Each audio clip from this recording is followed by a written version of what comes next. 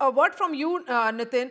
Uh, why did the Prime Minister not see this coming? In the sense that there were protests in the past as well, but at that time, these protesters did not have the support of the army.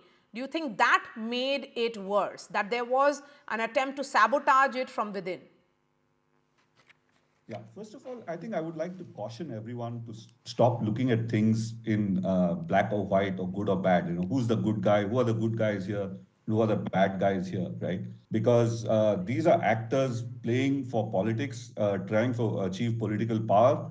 Whether it's the students, the interim government, or the people in the armed forces, etc. So once we take that lens off and try and look at the situation objectively, I think we'll be able to make better sense from this. We won't get carried away with romantic notions of a great people's revolution leading to democracy and so on. We just don't know how this movie is going to end, right?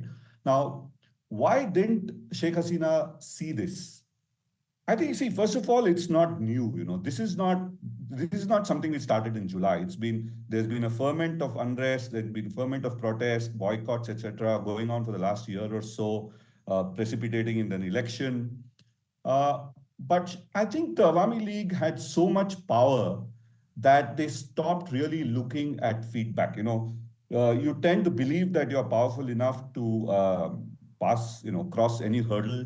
And these protests will be like the protests which you just defeated 6 months ago. So, you tend to believe that you have more power and more hold on power than you really do, especially because people don't give you bad news.